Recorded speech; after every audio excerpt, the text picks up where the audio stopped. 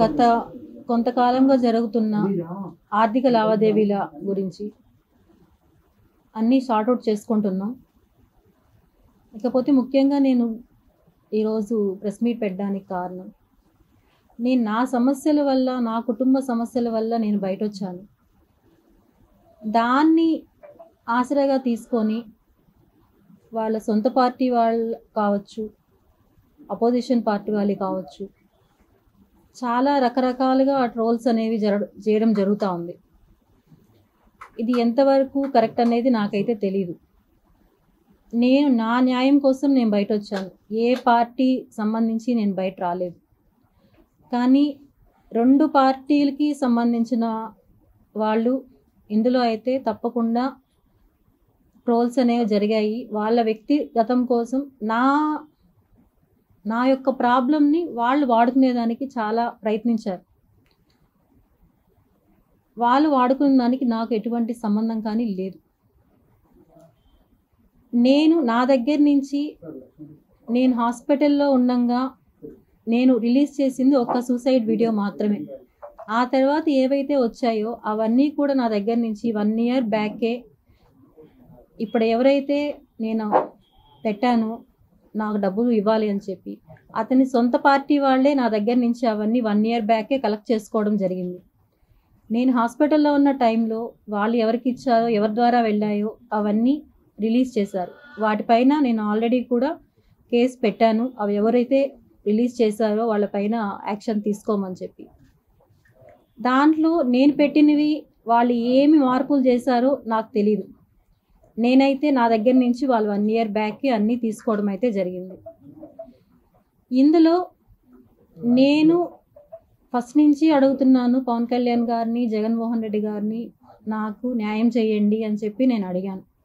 ఒకవేళ నేను మాట్లాడిన మాటల్లో ఎవరైనా కానీ వాళ్ళకి బాధ కలిగించుంటే పవన్ కళ్యాణ్ గారు కానీ, జగన్మోహన్ రెడ్డి గారు కానీ ఎవరైనా కూడా క్షమించండి దయచేసి.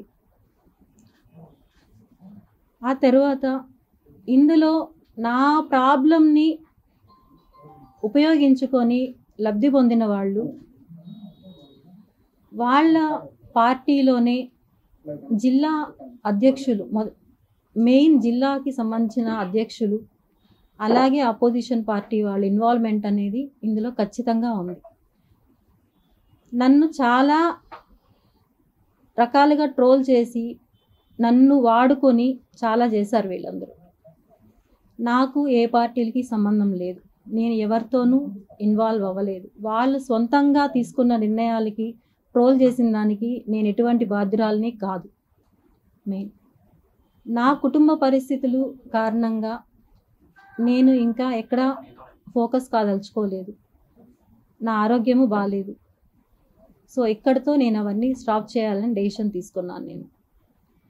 సో దయచేసి నాకు మీడియా తరపున, పోలీసుల తరపున, ప్రతి ఒక్కరి తరపున నాకు చాలా సపోర్ట్ ఇచ్చారు అందరూ. అందరికీ చాలా థ్యాంక్స్ నిజంగానే. సిఐ సార్ కానీ ప్రతి ఒక్కరు బాగా రెస్పాండ్ అయ్యారు. మీడియా వాళ్ళు ప్రతి ఒక్కరూ చాలా బాగా రెస్పాండ్ అయ్యారు. మీరందరూ రెస్పాండ్ అవ్వడం వల్లనే నేను ఈరోజు ఇలా కూర్చొని మాట్లాడుతున్నాను. అదైతే నాకు ఖచ్చితంగా తెలుసు. ఇందులో వాళ్ళ పార్టీలకి ఏమున్నాయో నాకు తెలీదు. వాళ్ళ వ్యక్తిగతంగా పార్టీస్కి ఎటువంటి సంబంధం ఉందో నాకు తెలియదు. నన్ను మాత్రం పార్టీల్లోకి లాగద్దండి దయచేసి. వాళ్ళ వ్యక్తిగతాలు వాళ్ళే తేల్చుకోవాలి. నాకైతే ఎటువంటి సంబంధం లేదు. కానీ ఒక్కటే నేను స్ట్రాంగ్గా చెప్పగలుగుతాను, వాళ్ళ సొంత పార్టీ వాళ్ళు, అపోజిషన్ పార్టీ వాళ్ళు అయితే ఖచ్చితంగా ఇందులో ఉన్నారు. Thank you. చూసుకుంటామండి, అది కోర్టు ద్వారా చూసుకుంటాం.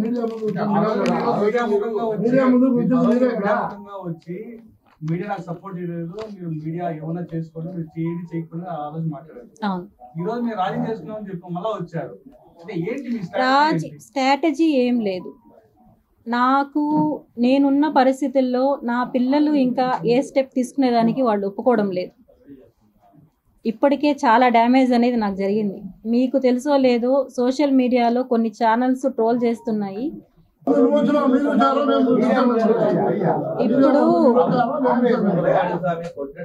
ఇప్పుడు ఇప్పుడు ఒకటి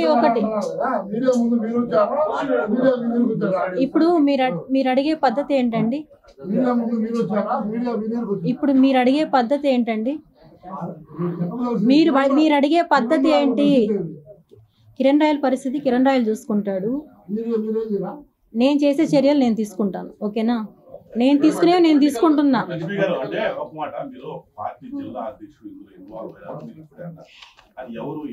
ఎవరు అనేది ఎంక్వైరీలో తెలుస్తుంది, మీకే తెలుస్తుంది. ఎందుకంటే 1 year బ్యాక్ నా దగ్గరకు వచ్చి మాకు సంబంధించిన ఏవైతే ప్రూఫ్స్ ఉన్నాయో, రిలీజ్ చేసిన ఆడియోలు కానీ వీడియోలు కానీ ప్రతి ఒక్కటి వాళ్ళే తీసుకెళ్లారు నా దగ్గర నుంచి. మీరు వాళ్ళు అనుకున్నట్టు అపోజిషన్ పార్టీ వాళ్ళు నా దగ్గర నుంచి తీసుకోలేదు. అవన్నీ తీసుకునేది వాళ్ళ పార్టీ సొంత వాళ్ళే తీసుకున్నారు నా దగ్గర నుంచి. జనసేన పార్టీ వాళ్ళే తీసుకున్నారు నా దగ్గర నుంచి. వాళ్ళు ఎవరికి ఇచ్చారో, ఎవరి ద్వారా రిలీజ్ అయ్యాయో అవన్నీ కూడా నేను ఆల్రెడీ సిఐ సార్ కంప్లైంట్ ఇచ్చున్నాను. అవన్నీ కూడా వస్తాయి.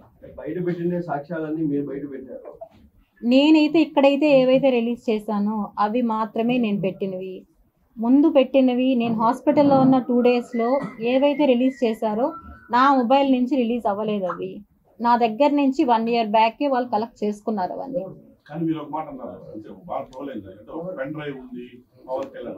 ఇవన్నీ కూడా నేను ఇప్పుడు ఇంతకు ముందే చెప్పాను. నేను నా ద్వారా ఎవరన్నా బాధపడుంటే సారీ. ఎందుకంటే ఇవన్నీ ఎవరి దగ్గర నుంచి నాకు వచ్చాయి ఏమనేది కూడా అన్నీ కూడా నేను అక్కడే నేను చూసుకుంటాను.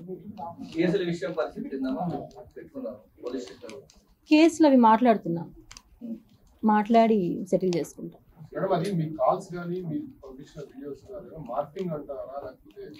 నేను కాదు నేనైతే పెట్టినవి చాలా వరకు వాస్తవం. కానీ దాంట్లో కొన్నైతే వాళ్ళు ఏం చేశారో నాకు తెలియదు. నేనైతే నా దగ్గర నుంచి 1 year బ్యాక్ వాళ్ళు అన్నీ కలెక్ట్ చేసుకున్నారు. నేనే ఇచ్చాను వాళ్ళకి. వాళ్ళు వచ్చారు నా దగ్గరికి, నేను ఇవ్వడం అయితే జరిగింది. అప్పుడు వచ్చి నీకు న్యాయం చేపిస్తాం, మేము నీ డబ్బులు మొత్తం మేము కలెక్ట్ చేయిస్తామని చెప్పి నా దగ్గర నుంచి వాళ్ళు తీసుకున్నారు. నేను ఇప్పుడే చెప్పాను కదా, జనసేనకు సంబంధించి ఒక జిల్లా అధ్యక్షులు వాళ్ళే కాంటాక్ట్ అయ్యి వాళ్ళే నా దగ్గర నుంచి తీసుకున్నారు. అంతే తప్ప నేనైతే ఇంకొక పార్టీకి దీన్ని ఇవ్వలేదు. వాళ్ళు ఎవరికి ఇచ్చుకున్నారో దాని ద్వారా ఎవరు లబ్ధి పొందారనేది నాకు తెలియదు. మధ్యలో నన్ను ఒక ఆట బొమ్మలాగా వాడుకున్నారు. నేను వచ్చింది నా న్యాయం కోసం నేను వచ్చాను, అంతేగాని ఇంకొక దాని గురించి నేను రాలేదు. ఇంతకుముందు ఆయన అడిగారు కిరణ్ రాయల్ మంచోడా చెడ్డోడా అనేసి. మంచోడా చెడ్డోడా అనేది ప్రపంచానికి తెలుసు, అది నేను చెప్పాల్సిన ఇది లేదు. కానీ నేను అనడం నా విషయంలో నేను ఫైట్ చేసింది నా డబ్బుల కోసం. నా డబ్బుల కోసం చేసిన దాంట్లో ఇప్పుడు వచ్చి మీరు పార్టీలు ఇందులో మీ వెనకాల వాళ్ళు ఉన్నారు, వీళ్ళు చేపించారు అనడం కరెక్ట్ కాదు.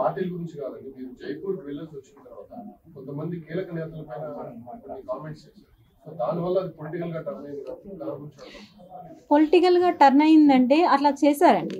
పొలిటికల్ గా దాన్ని తీసుకెళ్లారు. నేను తీసుకెళ్లడం అనేది కాదు, పొలిటికల్ గా దాన్ని తీసుకెళ్లాల్సి వచ్చింది. దాంట్లో నా సొంతం అయితే ఏమీ లేదు. అవి సెటిల్మెంట్ జరుగుతున్నాయి. నా తరపున కాదు, మా పిల్లలు మాట్లాడుతున్నారు అవంతా. ఎందుకంటే నన్ను ఇక్కడితో, ఎందుకంటే నేను మీకు తెలుసో లేదో 3 daysగా నేను హాస్పిటలైజ్లో ఉన్నాను. ఇంకా పిల్లలు ఇంకా వద్దు ఇవన్నీ అని చెప్పి వాళ్ళది వచ్చింది. సో నేను ఒక క్లారిఫికేషన్ ఇవ్వాలి, నేను ఇవంతా క్లోజ్ అయ్యేటప్పుడు నేను ఒక క్లారిఫికేషన్ ఇవ్వాలని చెప్పి నేను ప్రెస్ మీట్ పెట్టడం జరిగింది.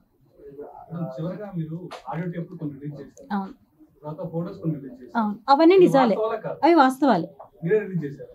ఇప్పుడు నేను మీకు ఆ రోజు లింక్ అనేది ప్రొవైడ్ చేశాను కదా, అవన్నీ వాస్తవాలే.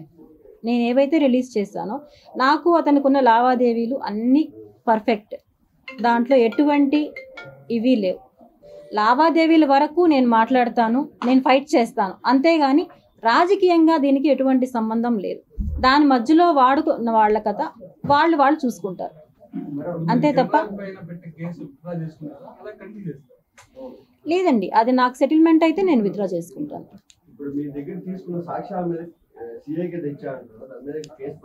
ఫైల్ అయ్యాయి. SVU ఫైల్ అయ్యాయి, అన్ని కాపీలు కూడా ప్రొవైడ్ చేసాం కదా. కేసు ఫైల్ అయ్యింది, కాపీలన్నీ కూడా ప్రొవైడ్ చేసాం మేము.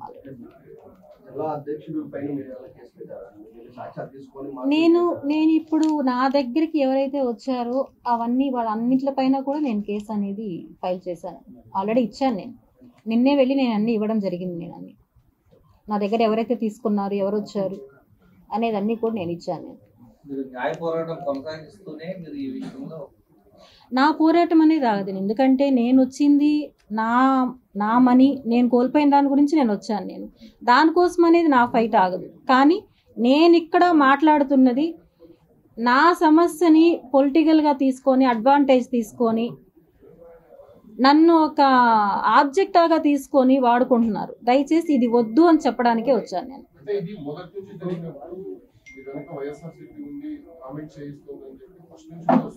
అది వైఎస్ఆర్ లేదు, నేను అప్పుడు కూడా ఖండించాను. కొన్ని ఛానల్స్ వచ్చాయి,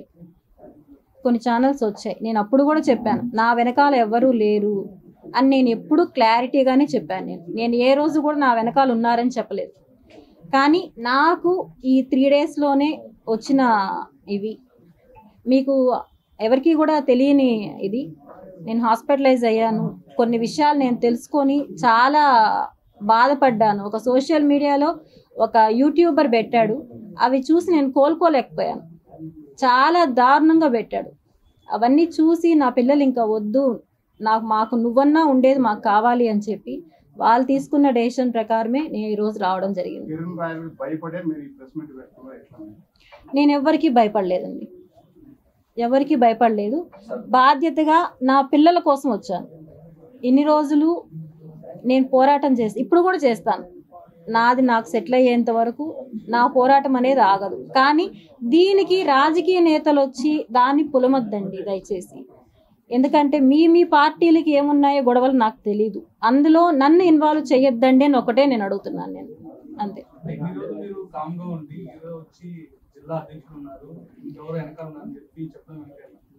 చెప్పడం వెనకేం కాదు, ఈ రోజుతో నేను స్టాప్ చేయాలనుకుంటున్నాను ఇంకా. ఎందుకంటే మళ్ళీ దీన్ని పెంచుకోవడాలు ఇవి వద్దు. నాకు ఏం జరిగింది అనేది నేను చెప్పేశాను అనుకోండి, ఇక్కడికి నాకు దీనికి సంబంధం ఉండదు. ఇంకా నాకు ఏది కావాలో నాకు సిఐ సారు ప్రామిస్ చేశారు, నేను అన్నీ నీకు చేపిస్తానమ్మా అని చెప్పి. ఇంకొకసారి చెప్పారు, ఆల్రెడీ కోర్టుకు వెళ్ళింది. సో అక్కడ నేను తేల్చుకుంటాను. ఇది నేను ఒకసారి బయట రావడం వల్ల ఏమవుతుందంటే ప్రెస్లో రకరకాలుగా నాకు అందరిలాగా మాట్లాడడం, నేనేం ఎక్స్పర్ట్ కాదు మాట్లాడడంలో. నేను ఉన్నది నేను మాట్లాడుతున్నా, దాన్ని రకరకాలుగా ట్రోల్స్ చేస్తున్నారు. ఇవైతే కరెక్ట్ కాదనేసే నేను వచ్చాను. నాకు నమ్మకం లేదండి. ఇప్పుడు నేను వచ్చి ఈ మాట చెప్పిన తర్వాత కూడా ఇప్పుడు జనసేనలో ముఖ్య లీడరు ఒక అతను ఉన్నారని చెప్పడం వల్ల వాళ్ళ వల్ల కూడా నాకు రక్షణ ఉంటుందని నేను అనుకోలేదు. కానీ నేను ఇందులో నుంచి నేను బయటపడాలి ఫస్ట్.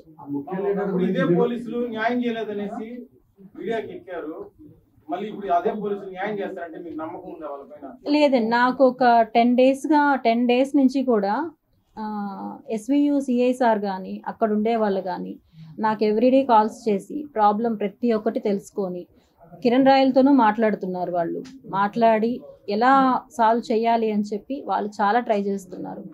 ఇంకా ఏమంటే నా పిల్లలు పూర్తిగా దీన్ని తీసుకొని మేము సాల్వ్ చేసుకుంటాము, నువ్వు వద్దు, నువ్వు సేఫ్గా ఉండు అని చెప్పి వాళ్ళు చాలా డెసిషన్ తీసుకున్నారు.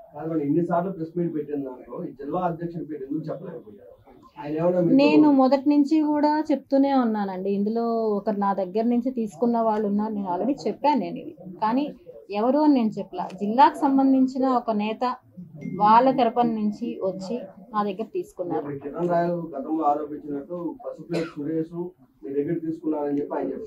నేను ఇప్పుడు కూడా చెప్తున్నాను, పసుపులేటి సురేష్ వాళ్ళు అపోజిషన్ పార్టీ వాళ్ళు నా దగ్గర నుంచి ఏం తీసుకోలేదు.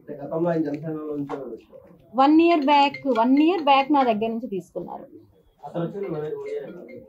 ఎవరు అతను నా దగ్గర నుంచి తీసుకున్నారు. జాతీయ స్థాయిలో కొన్ని కేసులు ఉన్నాయి పైన, అవి మీరు చేసినారా లేకపోతే కిరణ్ రాయల్ చేయించినారు? నా పైన ఏం లేవండి.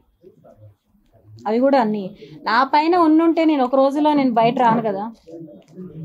నా పైన నిజంగానే మార్పు విషయంలో కారణం ఏంటి? ఆగమేఘాల పైన వెనక్కి తగ్గడానికి కారణాలు ఏమని? నేను వెనక్కి తగ్గుతున్నానని నేను చెప్పలేదండి. నేను ఇప్పుడు కూడా నాకేదైతే కావాలో దానికోసం నా ఫైట్ అనేది ఆగదు. నాకు వచ్చేంత వరకు నేను అది సెటిల్ చేసుకుంటాం. కానీ నేను అడుగుతున్నది నన్ను యూజ్ చేసుకొని రాజకీయంగా వద్దు. ఎందుకంటే ఆల్రెడీ నన్ను యూజ్ చేసుకొని నా దగ్గర నుంచి తీసుకొని వాళ్ళు నాకు అప్పుడు చెప్పిన మాట కూడా ఏమంటే ఇంక ఇవేం బయట రావని చెప్పారు నాకు వాళ్ళు. నేను ఈరోజు చెప్పడానికి కారణం కూడా అదే. ఇంకేం మా దగ్గర లేవు రావని చెప్పి వాళ్ళని రిలీజ్ చేయడం జరిగింది. నేను ఏవైతే మీడియాలో చూపెట్టానో ఆ తర్వాత అవి మాత్రమే నేను మీకు చూపెట్టినవి.